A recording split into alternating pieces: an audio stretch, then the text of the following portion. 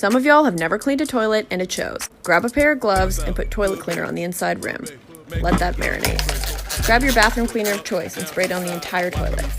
Begin wiping from the top down, making sure to wipe every part of the toilet. I like to change up my rags as I go to make sure I'm not cross-contaminating between sections. Don't forget behind the toilet seat, as this spot is often forgotten. Keep moving top to bottom, spraying everything down and wiping every surface. This is my least favorite part, cleaning under the toilet seat. You know the drill. Spray it down, wipe it down. Still working top to bottom. Don't forget the bowl and the sides of the bowl. I even like to clean the wall beside the toilet. Now that the toilet bowl cleaner has had time to sit, scrub that down and make sure to get under the rim. I like to finish by polishing with a clean, dry cloth to make sure it's dry for the next person who sits down. This is the wrong way to clean a toilet.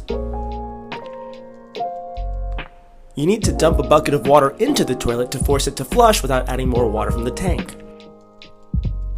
That way, the water won't dilute the cleaning solution. Nice.